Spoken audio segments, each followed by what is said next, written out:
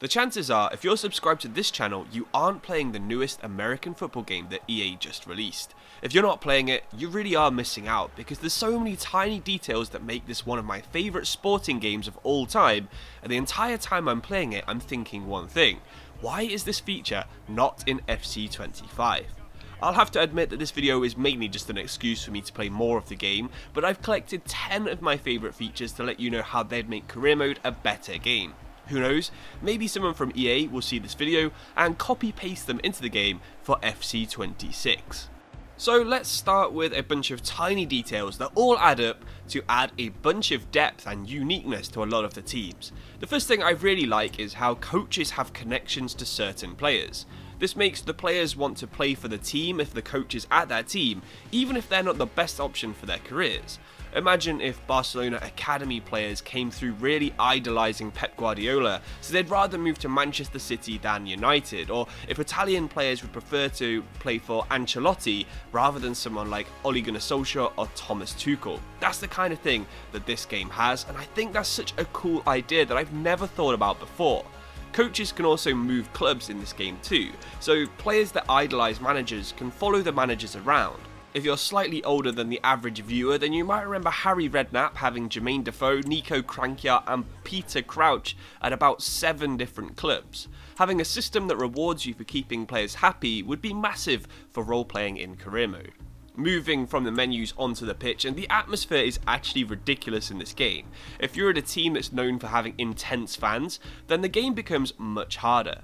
Passes miss more often, and the guides on the pitch get a little bit confusing and start wobbling all over the place. There's nothing like this in FIFA. Playing at the Emirates is the same as playing at the Maracanã, even though clubs like Palace, Luton and Forest have all overperformed in the last couple of years because of how intense their fans are at supporting their club.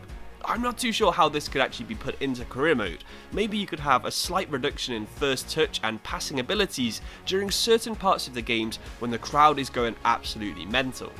Even if it was only the screen shaking and the volume of the chants being boosted, it would still let you know that you are in a really fierce arena, and this would add a lot of difference to some of the smaller clubs in the league, making it harder for you to get the wins when you're playing as one of the bigger clubs. AI faces are another huge thing for College Football 25. I believe there's about 130 teams in this game where every single player has a unique face. EA has mentioned that this could come to FC25, and I hope it does, because compare the player faces here on FC24 to what we have in CFB25.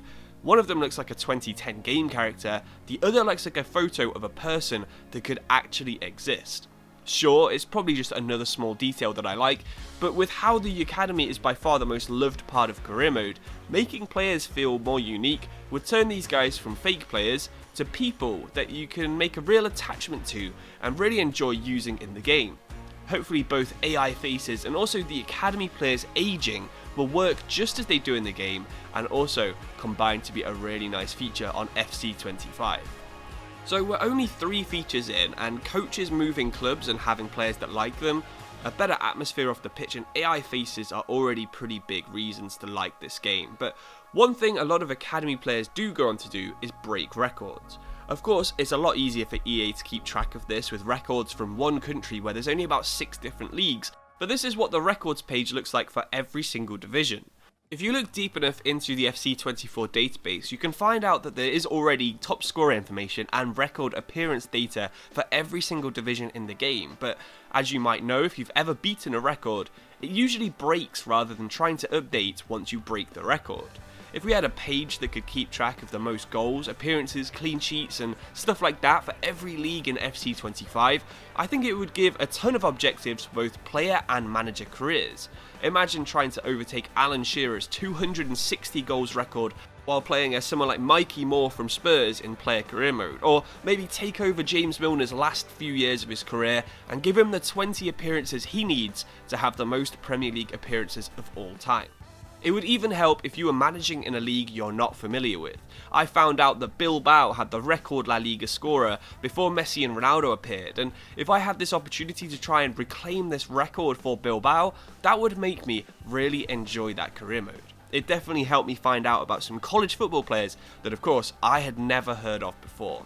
But let's go back to the academy now, and that's probably where we're going to spend at least the majority of the rest of this video, because player recruitment is such a big part of the career mode in CFB25. Okay, now I love this next feature because it does make a lot of sense for a college sports game, but also would make a lot of sense for a worldwide football game. Every single team has a list of regions that it prefers signing players from. The feature is called Pipelines, and it's exactly what it sounds like. It's a way to provide lots of talents from areas that make sense for that club. For example, Miami likes signing players from South and Central Florida because that's where Miami is, while Texas-based SMU sign players from their own state. Imagine if FC25 had this feature, where Brentford preferred to sign players from Denmark, or Wolves preferred to sign players from Portugal. I think the first thing it would do is allow for some very interesting squad compositions further into career mode, but it would also allow for some change throughout the game. If the pipeline preferences were tied to coaches instead of teams, you could see someone like Thomas Frank filling Newcastle with Danes after moving up north, or if it was tied to owners, you could see Wolves get a takeover and pivot from signing Portuguese players to signing Polish players. Another really interesting feature is how much competition there is for young players. It would be interesting to scout out a really hot prospect with someone in the second division of England, invite them for a trial, just to have Real Madrid come in and blow your offer out of the water. It'd let you tie in club reputation, or prestige as it's called in FC24, and allow for some old school transfer battles like we used to get in some of the older FIFAs before that feature was removed. It feels like finding the best talent in this game is a total fight, rather than just an inevitability once your scouts are good enough to find it. With recruiting being the biggest focus for CFB25, I wouldn't quite expect so much depth if this was added to a future FIFA game, but I would love both the transfer market and the academy signing systems to have more challenge and more competition from other teams in the game. I think I'll end this video by talking about the wear and tear system that's been in Madden for years and is also included in college football. As you get hit more and more, parts of the body get worn out and eventually get injured. While a lot of injuries in FIFA are either from impact or muscle tears, I think this would be another feature that could add some depth and realism to career mode. I'd imagine this feature would work similarly to the injury center does on Football Manager. If your player has a sore hamstring, they might run slower, or if you do a full sprint, you have a big risk of pulling that specific muscle.